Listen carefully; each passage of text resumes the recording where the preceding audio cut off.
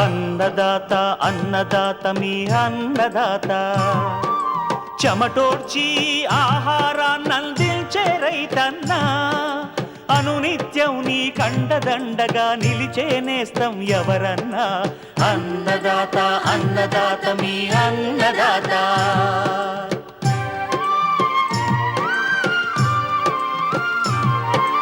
నూతన రీతుల సాగుబడికి నూరింతలు పెరిగే దిగుబడికి సూచనలిచ్చే సస్య రక్షణకు పశు పోషణకి శాస్త్ర విజ్ఞానం అందించి ముందుకు నడిపే తెలుగు రైతు భారతదేశానికి మకుటం అయ్యేలా తీర్చిదిద్దే ఆశయంతో మిమ్ము మేలు కొలిపేది అన్నదాత అన్నదాత అన్నదాత మీ అన్నదాత అన్నదాత అన్నదాత మీ అన్నదాత. అన్నదాత ప్రేక్షకులకు నమస్కారం. ఈనాటి ముఖ్యాంశాలు: ఎల్నినో ప్రభావంతో ఉత్తర తెలంగాణ మండలంలో ప్రస్తుత పంటల పరిస్థితి, ఆగస్టు మాసంలో వేసుకోదగ్గ పంటలు, అధిక సాంద్ర పద్ధతిలో మామిడి సాగు మెళకువలు,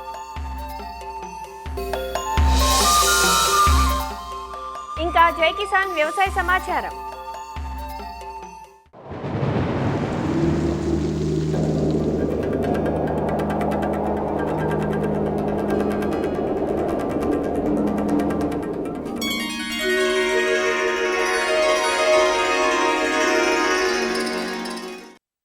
పదిహేను రోజుల క్రితం వరకు చినుకు జాడ లేక బోసిపోయిన నేలలు చూసాం.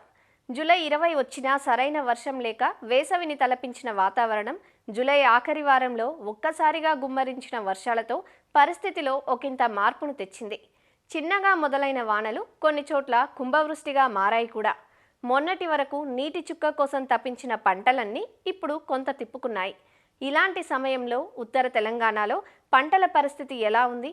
ఉమ్మడి ఆదిలాబాద్, కరీంనగర్, నిజామాబాద్ జిల్లాలు ఉన్న ఈ మండలంలో ప్రధాన పంటలైన వరి, పత్తిలో ఎలాంటి చర్యలు చేపట్టాలి?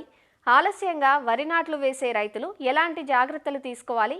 ఇప్పుడు కురిసిన వర్షాలను ఉపయోగించుకొని ఆగస్టు మాసంలో ఏ పంటలు విత్తుకోవాలి అనే వివరాలను జగిత్యాల ప్రాంతీయ వ్యవసాయ పరిశోధనా స్థానం ఏడీఆర్ డాక్టర్ వెంకటరెడ్డితో మా ప్రతినిధి గంగాధర్ ముఖాముఖిలో చూద్దాం.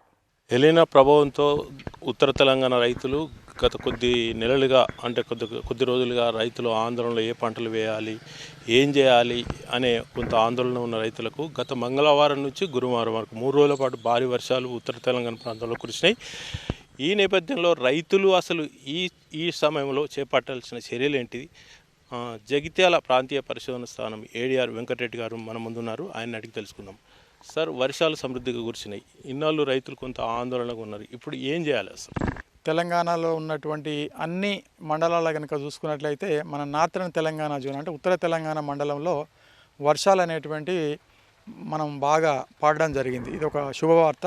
కొద్దిగా ఆదిలాబాద్ జిల్లా ఒకటిను కరీంనగర్ జిల్లాలో వర్షపాతం అనేది కొద్దిగా తక్కువగా నమోదైంది. మన జగిత్యాల జిల్లాలో దాదాపుగా ఇప్పుడు పడుతున్నటువంటి వర్షంలో కనుక చూసుకున్నట్లయితే దాదాపు ఒక 20 నుంచి 25% అధికంగానే నమోదైనట్టుగా తెలుస్తూ ఉంది.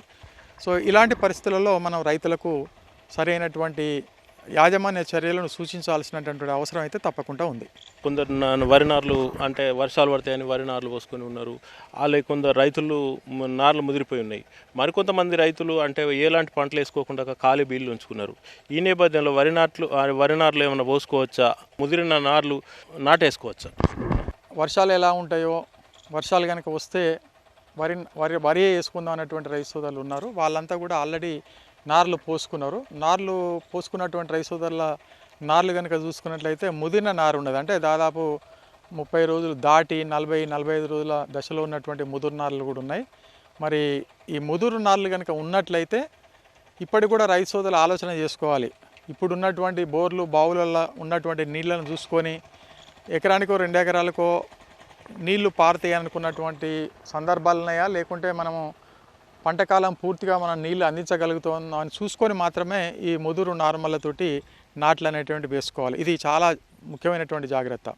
ఎందుకంటే వేసుకున్న తర్వాత నీరు కనుక సరిపోయినట్లయితే పంట ఎండిపోవడానికి అవకాశం ఉంటుంది. సో అది ముఖ్యంగా రైతు సోదరులు గమనించుకొని, ఒకవేళ మనము పంట పూర్తి కాలం వరకు కూడా ఉన్నటువంటి నీటితోటి మనం ఎంత పారించగలుగున్నాం అంతవరకే ఈ ముదురు నార్మల్తోటి కూడా మనం నాటు వేసుకోవడానికి అవకాశం ఉన్నది. కాకుంటే ఈ ముదురు నారు వేసుకోవడానికి కొన్ని మెలకువలు తీసుకోవాలి. ముఖ్యంగా సుమారుగా 40-45 రోజులు కనుక వచ్చినట్లయితే నారు వేసేటప్పుడు తప్పకుండా నారు మనం అన్ని కుదులు లాగా కట్టలు కట్టేస్తాం. ఆ కట్టినటువంటి కట్టల కొసలు అనేటువంటిది తుంచేయాలి. ఈ కొసలు కనుక తుంచేసినట్లయితే ఆ మొక్క అనేటువంటిది వేయగానే తొందరగా ఏనుకోవడానికి అవకాశం ఉంటుంది. అట్లాగే ముదురు నార్మల్లలో మనకి కాండందొలిచే పురుగు అనేటువంటిది గుడ్లు బాగా పెడుతుంది. సో ఆ గుడ్లన్నీ కూడా ఆకుల చివర్లలో ఉంటాయి కాబట్టి ఆ గుడ్ల సముదాయాలన్నీ కూడా పోతాయి. అందువల్ల ప్రధాన పొలంలో ఈ మొగి పురుగుకు సంబంధించినటువంటి కాండందొలిచే పురుగు యొక్క ఉధృతిని కూడా తగ్గించుకోవడానికి అవకాశం ఉంటుంది. కాబట్టి ఈ నారు కొనలను అనేటువంటి తుంచేసుకోవాలి. ఇది ప్రధానంగా రైతులు తీసుకోవాల్సినటువంటి జాగ్రత్త. ఇక రెండవది చాలా ముఖ్యమైనటువంటిది ఏంటంటే మొక్కల సాంద్రత అనేటువంటిది ఎక్కువగా ఉండాలి. ఒక్కొక్క కుదురుకు 6 నుంచి 8 పిలకలు కనుక వేసినట్లయితే దిగుబడిలో పెద్దగా తేడా లేకుండా సాధారణ దిగుబడులు తీసుకోవడానికి అవకాశం ఉంటుంది. ఇది రెండవ జాగ్రత్త, అంటే మొక్కల సాంద్రతను పెంచుకోవడం. ఒక్కొక్క ఎకరానికి 10 నుంచి 12 కిలోల యూరియా ఎరువును అదనంగా వేయాలి. దాంతోపాటుకు అంటే 70% నత్రజని ఎరువును మనం దమ్ములోనే వేసేయాలి. దాంతోపాటుగా మరో ముఖ్యమైనటువంటి సమాచారం రైతులు తెలుసుకోవాల్సింది ఏంటంటే ఇప్పుడు మీరు అడిగినట్టుగా కూడా ఇప్పటికీ ఇంకేమైనా నార్లు పోసుకోవచ్చా, ఏది ఏమైనా కూడా ఇంకా ఇప్పుడు నార్మల్ పోసుకోవడానికి అవకాశం లేదు మనం. ఎందుకంటే ఆగస్టు 30 లోపు నాట్లు అనేటువంటి పూర్తి చేసుకోవాలి. అట్లాగే ఇప్పుడే మళ్ళీ ఇంకా కొత్తగా ఏమైనా వేసుకోవాలనుకుంటే రైతు సోదరులు ఉన్నటువంటి నీటి వసతిని ఆధారంగా చేసుకొని చాలా తక్కువ కాల పరిమితి ఉన్నటువంటి రకాలను డైరెక్ట్ సీడింగ్ పద్ధతిలో వేసుకోవడానికి ఆలోచన చేసుకోవాలి. పత్తి అనేటువంటిది చాలా ముఖ్యమైన పంట. ఇది దాదాపుగా సాధారణ విస్తీర్ణంలో ఆల్రెడీ రైతు సోదరులు విత్తుకోవడం జరిగింది. ఇక ఇప్పుడు పత్తి వేసుకోవడానికి ఎలాంటి అవకాశం లేదు. మరొక ముఖ్యమైనటువంటి పంట మొక్కజొన్న. మొక్కజొన్న అనేటువంటిది కూడా నేలలో ఉన్నటువంటి అధిక తేమకు తట్టుకునేటువంటి పంట కాదు. సో అక్కడ కూడా రైతు సోదరులు నీళ్లు నిలబడకుండా చూసుకొని వీలైనంత దగ్గరలో అంతరకృషి కనుక చేసుకొని మనం యూరియా లాంటి కానీ పొటాష్ లాంటి ఎరువులను వేసుకోవడానికి అవకాశం ఉన్నది. అంటే ప్రస్తుతం కొందరు రైతులు పంటలు వేయకుండా అలాగే ఉన్నారు. వాళ్ళు కొందరు వేయని రైతులు ఎర్లీ రబీకి వెళ్ళొచ్చా? ఎర్లీ రబీకి వెళ్తే గిన ఎలాంటి పంటలు వేసుకోవాలి? మన పరిశోధన స్థానం నుంచి ఏమన్నా విత్తనాలు అందుబాటులో ఉంచే అవకాశం ఉందా? ఇప్పుడున్నటువంటి తేమను ఆధారంగా చేసుకొని ఇంకా ఎలాంటి పంటలు వేసుకోవాలి అని అంటే ముందు గమనించాల్సిన ఎలాంటి పంటలు వేసుకోకూడదు. ముఖ్యంగా పత్తి వేసుకోవడానికి అవకాశం లేదు. ఇప్పటికీ కూడా వేసుకోవడానికి మంచి అనుకూలమైన పంట కంది. ఈ కంది పంటను మనం ఆగస్టు 15-20 వరకు సాగు చేసి కొన్ని మెలకులతోటి మనం సాగు కనుక చేసుకున్నట్లయితే మామూలు దిగుబడులు తీసుకోవడానికి అవకాశం ఉంటుంది. కంది అనేటువంటిది చాలా అనుకూలమైనటువంటి పంట. కాకుంటే ఏంటంటే ఈ కంది వేసేటప్పుడు ఒక చిన్న మెలకు ఏం తీసుకోవాలంటే పంట కాలం అనేటువంటిది ఇప్పుడు కొంత సమయం దాటిపోయింది కాబట్టి అంత దూరంలో కాకుండా 60 నుంచి 90 సెంటీమీటర్లు, అంటే ఎర్రచిలక భూములు అయితే ఒక 60 సెంటీమీటర్లు, నల్లరేగడి భూములు అయితే 90 సెంటీమీటర్ల ఎడంతో గింజకు మధ్య ఒక 15 నుంచి 20 సెంటీమీటర్ల దూరంతో ఆ బోధేసాల పద్ధతిలో కనుక వేసుకున్నట్లయితే ఎక్కువ వర్షాలు పడ్డా ఆ నీళ్ళు అనేటువంటి బయటికి వెళ్ళిపోవడానికి అవకాశం ఉంటుంది. ఒకవేళ తక్కువ నీళ్ళు పడ్డా కూడా ఆ కాలువలలో నీళ్లు నిలబడి పంటకు బాగా ఉపయోగపడడానికి అవకాశం ఉంటుంది. ఇప్పుడున్నటువంటి పరిస్థితుల్లో మరొక చాలా ముఖ్యమైనటువంటి పంటలు ఒకవేళ రైతులు కనుక ఆలోచించి చేసుకోగలము అని అనుకున్నట్లయితే ఈ చిరుధాన్య పంటలు, ముఖ్యంగా సజ్జ కానీ అదేవిధంగా కొర్రలు కానీ రాగులు కానీ ఇట్లాంటి ఏవైతే ఉన్నాయో వీటిని మనం విడిగానే వేసుకోవచ్చు. లేకుంటే కంది లాంటి పంటతోటి అంతర పంటగా కూడా వేసుకున్నట్లయితే ఈ చిరుధాన్యాలు అనేటువంటివి కూడా చాలా అనుకూలంగా ఉంటాయి. కొన్ని రకాల కూరగాయ పంటలు కూడా రైతు సోదరులు వేసుకోవడానికి అవకాశం ఉన్నది. కొన్ని మెలకువలు, కొన్ని జాగ్రత్తలతోటి ఈ పంటలు కనుక వేసుకున్నట్లయితే సాధారణ దిగుబడులు తీసుకోవడానికి అవకాశం ఉంది. ఇది జగిత్యాల ప్రాంతీయ పరిశోధన స్థానం ఏడిఆర్ గారు అన్నదాతలకు సూచిస్తున్న సూచనలు. గంగాధర్, ఈటీవీ అన్నదాత, జగిత్యాల.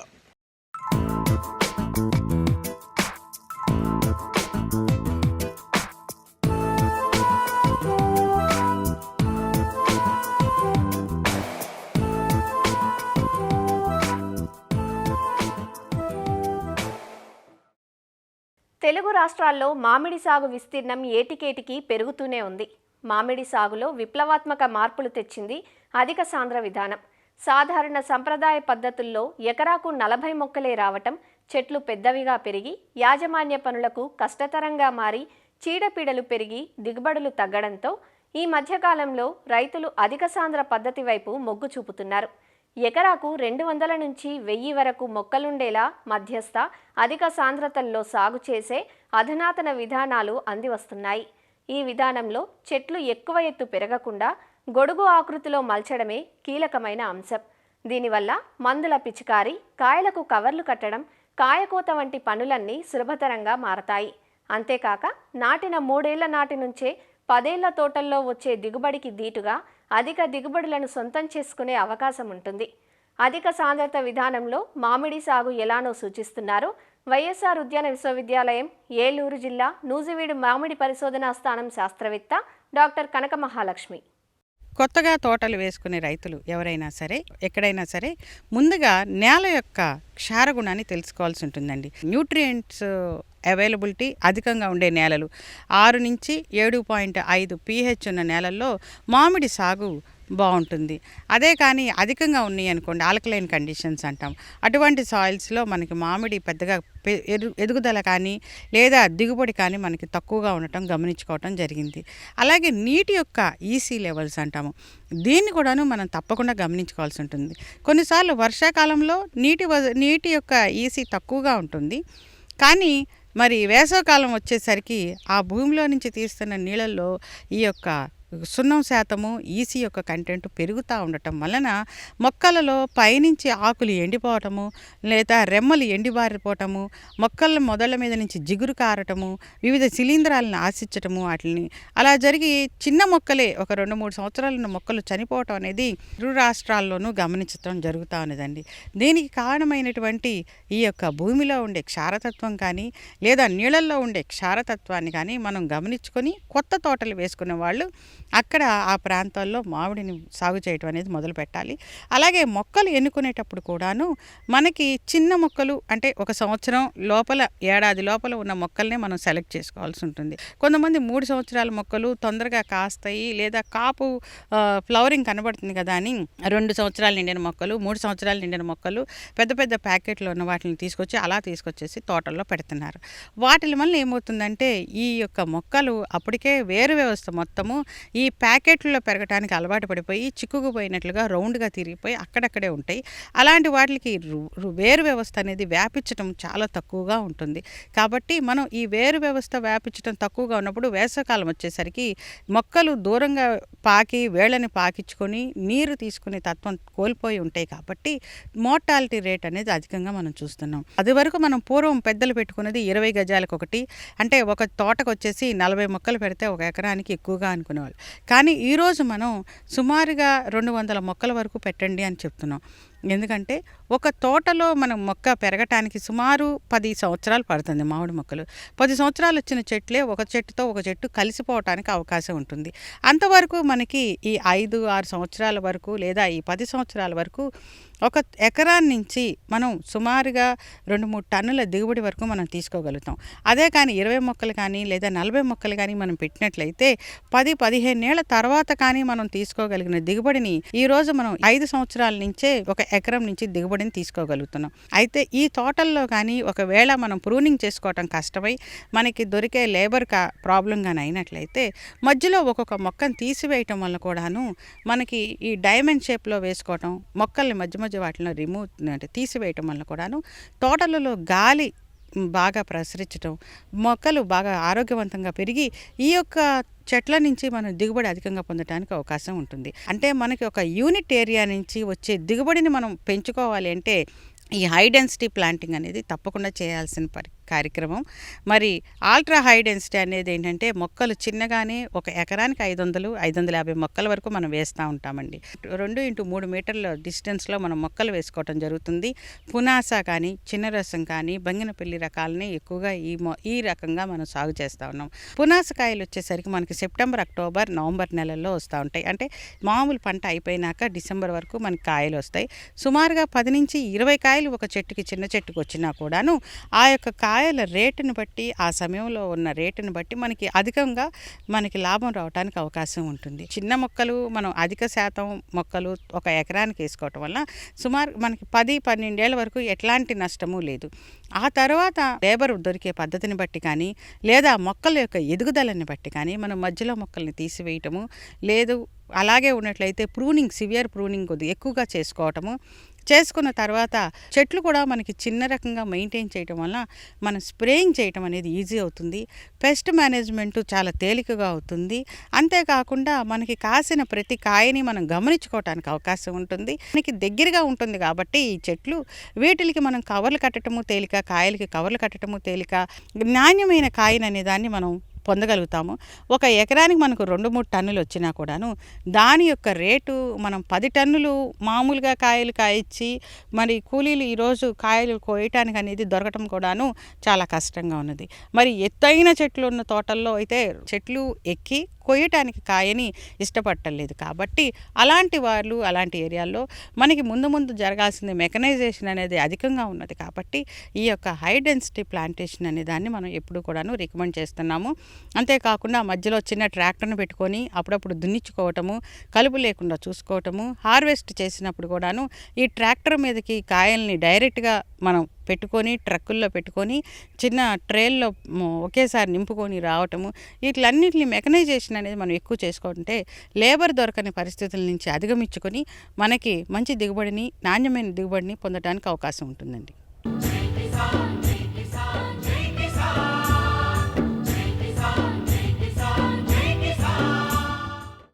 వ్యవసాయ సమాచారం ఇప్పుడు జై కిసాన్లో చూద్దాం.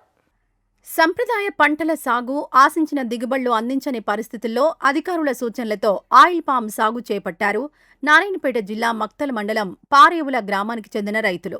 ప్రభుత్వ రాయితీలను అందిపుచ్చుకొని 3 ఏళ్ల క్రితం గ్రామంలో కొంతమంది రైతులు ఆయిల్ పామ్ సాగు చేశారు.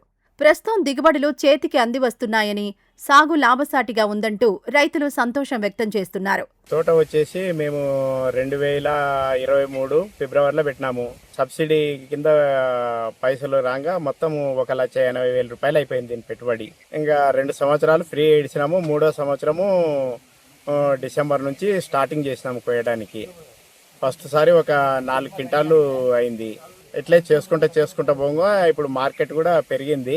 ఇప్పుడు మాకి టన్ను వచ్చేసి 23,850 రూపాయలు టన్ను పోతుంది. ఇప్పుడు నెలకు ఒకసారి కొడుతున్నాం సార్. కొంచెం నీళ్లు బాగా అయితే నెలకి 2 సార్లు కూడా కొట్టుకునే ఉంది అవకాశము. డబ్బులు వేసిన ఒక 5-6 రోజులకి వారం లోపల డబ్బులు వచ్చేస్తాయి సార్ మాకు. నేను ఒక 5 ఎకరాలు పామాయిల్ పెట్టినా. ఖచ్చితంగా దిగుబడి రావాలంటే వాటర్ పెట్టాలా, ఇంకోటి ఫర్టిలైజర్ కూడా వేసుకుంటుండాలా, దాంతోపాటు గడ్డి బీకాలా. అందరు రైతులు కూడా ఈ పామాయిల్ పెట్టుకుంటే చాలా మంచిది. చాలా మంది రైతులు పక్కల ఊళ్ళో వచ్చి కూడా మా తోటని మాది ఇలా గొర్రెలు కట్ చేస్తున్నాం, నెలకోసారి నెలకి టన్నేజ్ వస్తుంది మాకు మంచిగా అని చెప్పి మా తోట దగ్గర వచ్చి చాలా మంది వచ్చి చూసిపోతున్నారు. ఒక్కో మొక్కను రాయితీతో 20 రూపాయలకు కొనుగోలు చేసి ఎకరాకు 57 మొక్కలు వచ్చేలా నాటుకున్నారు. డ్రిప్ ఏర్పాటు చేసుకున్నారు. అంతర పంటల సాగుకు 4 ఏళ్ల వరకు ప్రభుత్వం సాయం అందించింది. ప్రస్తుతం ఆయిల్ పామ్ దిగుబడులు చేతికొస్తున్నాయని, టన్ను ధర 23,850 రూపాయలు పలకడంతో తమకు ఆశాజనకంగా ఉందంటూ రైతులు హర్షం వ్యక్తం చేస్తున్నారు. నేను వచ్చేసి 6 ఎకరాలు పామాయిల్ తోట పెట్టాను. మంచి పంట దిగుబడి బాగుంది. దీని వ్యవధి కాలం వచ్చేసి 30 సంవత్సరాలు. స్టార్టింగ్లో నుంచి ప్రతి ఎకరాకు గవర్నమెంట్ ద్వారా మాకు 4,200 రూపాయలు సబ్సిడీ వచ్చింది. అలా 4,200 రావడం అనేది ఎకరాకు 4 సంవత్సరాల వరకు వస్తుంది. ఇది ఆ తర్వాత 3 ఏళ్ళ తర్వాత మాకు క్రాప్ వస్తుంది. ప్రతి నెలకు ఇది పంట మనకు చేతికి వస్తుంది. ప్రతి టన్ను వచ్చేసి ఇప్పుడు గవర్నమెంట్ ద్వారా 23,850 రూపాయలు ఉంది. అలా వచ్చేసి మాకు నెలకు 4 టన్నులు 5 టన్నులు అవుతుంది. 1,20,000 యావరేజ్గా కాను మాకు ఖర్చులు అన్ని పోగా 85,000-90,000 ప్రతి నెల మాకు మిగులుతున్నాయి. మా ఊరికి వచ్చి మా దగ్గర చాలా మంది రైతులు వచ్చి చుట్టుపక్కల గ్రామాలు కూడా వచ్చి మంచిగా చూసిపోతున్నారు. పైనుంచి ఆఫీసర్స్ కూడా వచ్చి చూసి వెళ్తున్నారు. ఏ వాతావరణం కానీ చెట్లు మంచిగా వస్తాయి. వరి కన్నా ఇట్లా అంతర్ పంటలు వేసుకొని ఇది ఇట్లాంటి చాలా బాగుంటాయని చెప్పి అనుకుంటాం. దాదాపు 6 ఎకరాల వరకు పామాయిల్ తోట పెట్టాను. 36 నెలలు దాటి 38వ నెల నడుస్తుంది. మొక్కలు వచ్చేసి ఎకరాకు 57 మొక్కలు సబ్సిడీ ద్వారా ఉద్యానవన శాఖలో డీడీ కడితే మాకు మొక్కలు ఇవ్వడం జరిగింది. ఒక్క మొక్క వచ్చేసి 20 రూపాయలు ఇచ్చిండ్రు. డిస్టెన్స్ వచ్చేసి ఒక చెట్టుకు మధ్య 30 ఫీట్ల గ్యాప్ నుంచి డైమండ్ షేప్ లో పెట్టినాము. ప్రస్తుతానికి మా పంట కోత దశకు వచ్చింది. స్టాక్ పాయింట్ అనేది పాతర్ షేడ్ దగ్గర ఇచ్చిండ్రు మక్తల్ మండల్. అక్కడ తీసుకుపోయి వేబిడ్జ్ కేసి వారం రోజుల లోపల పేమెంట్ అయితే పడుతున్నాయి. ఒకసారి నాటితే దాదాపు 30 ఏళ్ల ఫలసాయాన్నిచ్చే ఆయిల్ పామ్ పంటకు ప్రభుత్వ రాయితీలు అందించడమే కాక నిర్వహణ ఖర్చులు కూడా తక్కువగా ఉండడంతో తమకు కలిసొస్తోందని సాగుదారులు చెబుతున్నారు. నీటి వసతి ఉంటే ఈ పంటను తప్పక సాగు చేసుకోవచ్చంటూ సూచిస్తున్నారు. ఆంధ్రప్రదేశ్లోని కోనసీమ జిల్లాలో కొబ్బరి సాగు విస్తీర్ణాన్ని పెంచే దిశగా అధికారులు చర్యలు చేపడుతున్నారు. ముఖ్యంగా చిన్న సన్నకారు రైతులకు కొబ్బరి మొక్కల పెంపకానికి తోడ్పాటునందిస్తున్నారు. వీబీజీ రామ్జీ పథకం కింద ఎకరాకు 60 మొక్కలు చొప్పున ఉచితంగా ఇవ్వడంతో పాటు కొబ్బరిలో అంతరంగా వేసుకునేందుకు బత్తాయి మొక్కలను పంపిణీ చేశారు. సాగు చేసుకున్నందుకనే గవర్నమెంట్ వారు 60 కొబ్బరి మొక్కలు ఇచ్చారు. పెట్టుబడులన్నీ కూడా గవర్నమెంట్ వారే పెట్టారు. వీబీజీ రామ్జీ పథకం ద్వారా మాకు ప్రభుత్వం వారు కొబ్బరి మొక్కలు ఎకరాల ల్యాండ్కి 60 మొక్కలు కేటాయించారండి. 60 మొక్కలు మాకు ఫ్రీగా కేటాయించారండి. దాన్ని మొత్తం మేము చిన్న సన్నకారు రైతులు ఈ మొక్కలన్నీ వేసుకుని అంతరించిపోతున్న కొబ్బరి మొక్కల్ని డెవలప్ చేసి మరింత మంది రైతులను ఉపయోగించుకుని ఈ పథకాన్ని ముందుకు సాగాలని కోరుకుంటున్నామండి. మా మొక్కలు సాగుబడి చేసుకున్న మొక్క ఖర్చులు, లేబర్ ఖర్చులు అంతా సమస్తం ప్రభుత్వానికి కల్పించారండి. ఈ పథకం మంచి పథకం అండి.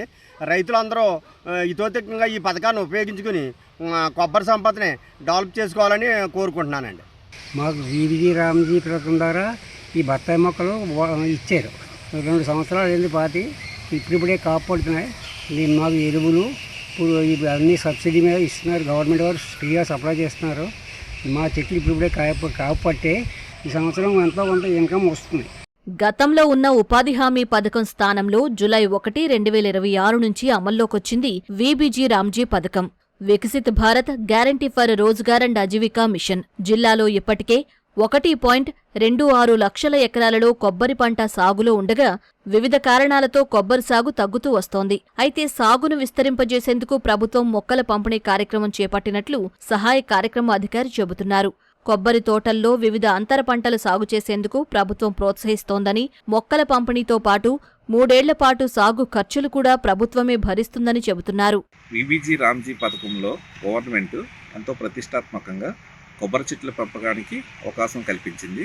ఎకరం కొబ్బరి తోటకు గాను మనకు 60 మొక్కలు గవర్నమెంట్ ఉచితంగా ఇస్తుంది. ఆ మొక్క ఒక్కొక్క దానికి కూడా 90 రూపాయలు చెల్లించడం జరుగుతుంది. అదేవిధంగా మనకి మొక్క గొంత తీసి కప్పెట్టడం, మరియు ఎరువులు వేయడం, మరియు 3 సంవత్సరాల వరకు కూడా మెయింటెనెన్స్ ఖర్చులు గాను టోటల్గా 68,400 రూపాయలు ఈ యొక్క రైతు ఖాతాకు జమ చేయడం జరుగుతుంది. ఈ యొక్క కోనసీమలో కొబ్బరి పంట అంతరించిపోతున్న కారణంగా కూటమి ప్రభుత్వం ఈ యొక్క పథకాన్ని తీసుకురావడం జరిగింది. అదేవిధంగా కోనసీమలో ఉన్న కొబ్బరి తోటలో అంతర పంటలకు గాను జామ, మామిడి, కోకో, నిమ్మ, బత్తాయి తదితర పళ్ళ తోటలకు కూడా అవకాశం కల్పిస్తుంది. కనుక కొబ్బరి తోటలు ఉన్న రైతులందరూ కూడా ఈ యొక్క అంతర పంటల ద్వారా వచ్చే ఆదాయాన్ని కూడా ఉపయోగించుకుని పండ్ల తోటలు పెంచుకుని ఈ యొక్క అంతర పండ్ల ఆదాయాన్ని కూడా తీసుకోవాలని కోరుతున్నాము. జిల్లాలో కొబ్బరి మొక్కలు సాగు చేయాలనుకునే చిన్న సన్నకారు రైతులు తమ గ్రామంలోని ఫీల్డ్ అసిస్టెంట్లను సంప్రదించి పూర్తి వివరాలు తెలుసుకోవాలంటూ అధికారులు సూచిస్తున్నారు. మరిన్ని విభిన్న అంశాలతో రేపటి అన్నదాతలో మళ్ళీ కలుసుకుందాం. నమస్కారం. అన్నదాతలు తమ సందేహాలు, సమస్యలను 1800-425-4085 టోల్ ఫ్రీ నెంబర్లో ఉదయం 10 గంటల నుంచి 11 గంటల మధ్య పని దినాలలో సంప్రదించగలరు. ఈ కార్యక్రమాన్ని యూట్యూబ్లో www.youtube.com/annadaata ETV లింక్ ద్వారా వీక్షించవచ్చు.